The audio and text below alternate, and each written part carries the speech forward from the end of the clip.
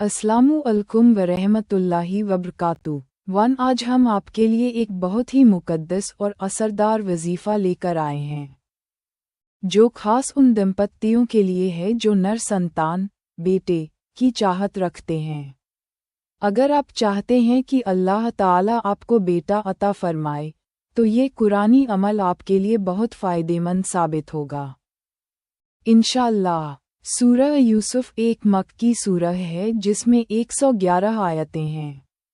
ये पूरी सूरह नबी यूसुफ अलैहिस्सलाम की जीवन गाथा पर आधारित है, जिसे कुरान में सबसे सुंदर कथा कहा गया है। ये केवल एक कहानी नहीं, बल्कि इंसान के लिए सब्र, ईमान और अल्लाह की योजना पर भरोसे का सबसे बेहतरीन उदाहरण है। इस सूरह की शुरुआत हजरत यूसुफ अलैहिस्सलाम के बचपन से होती है।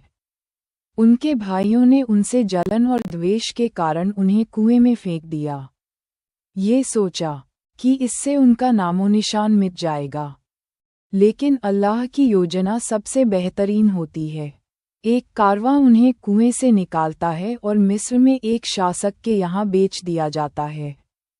यूसुफ अलैहिस्सलाम को अल्लाह ने विशेष ज्ञान और बुद्धिमत्ता से नवाजा था, जिससे वे मिस्र के शासक के घर सम्मानित स्थान प्राप्त करते हैं। मिस्र के शासक की पत्नी ने जब यूसुफ अलैहिस्सलाम को बहकाने की कोशिश की, तब उन्होंने मर्यादा की रक्षा करते हुए पवित्रता को चुना।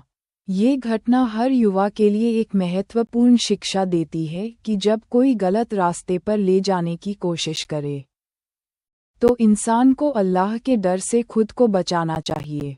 लेकिन झूठे आरोपों के कारण उन्हें कैद कर दिया गया। जेल में भी उन्होंने सत्य और अल्लाह की शिक्षा का प्रचार किया और वहां मौजूद बंदियों को सच्चाई से अवगत कराया। जब मिस्र के बादशाह ने एक अजीब सपना देखा और उसकी सही व्याख्या कोई नहीं कर सका, तब यूसुफ अलैहिस्सलाम को बुलाया गया। उन्होंने सपने की सही व्याख्या की, जिससे बादशाह अत्यंत प्रभावित हुए और उन्हें मिस्र का कोषाध्यक्ष बना दिया गया।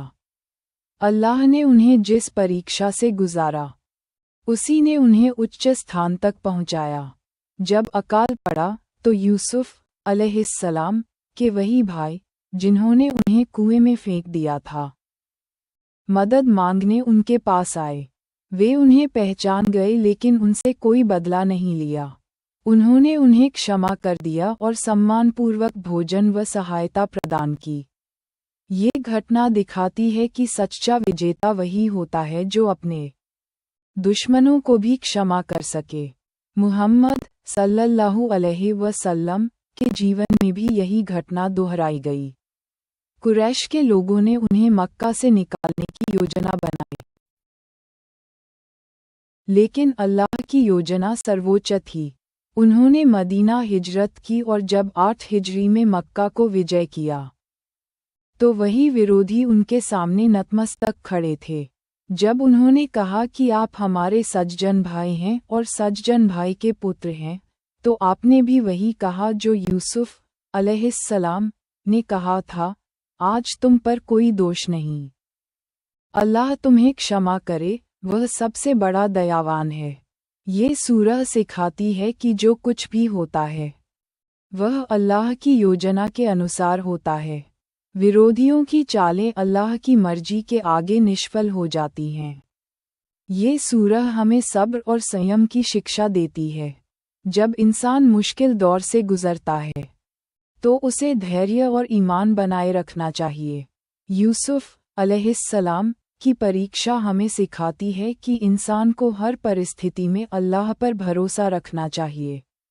जब हालात मुश्किल हों, जब लोग धोखा दें, जब कोई सहारा न दिखे, तब भी अल्लाह अपने नेक बंदों को कभी अकेला नहीं छोड़ता।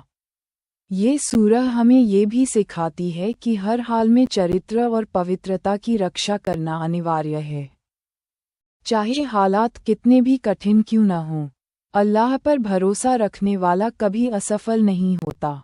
जो सब्र करता है, अल्लाह उसे बुलंदियों तक पहुंचाता है। ये सूरह इस बात का प्रमाण है कि इंसान की कोशिशें और अल्लाह की योजना जब एक होती हैं, तो उसका नतीजा हमेशा सबसे बेहतरीन होता है। यह वजीफ़ा कब और कैसे करना है?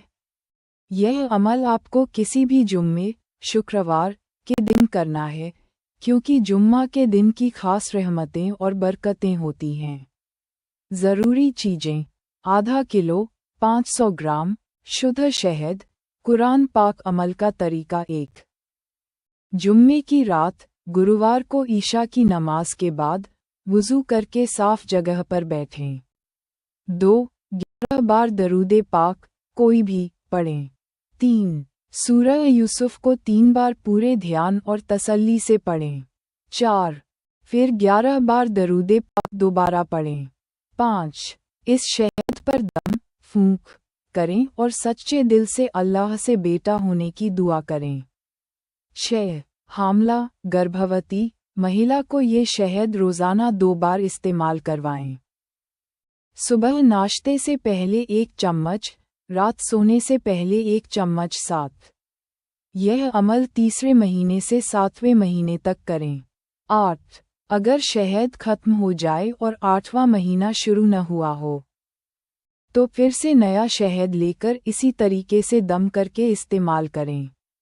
9. अगर 8वां महीना शुरू हो चुका है और शहद बचा है, तो उसे इस्तेमाल कर सकते हैं।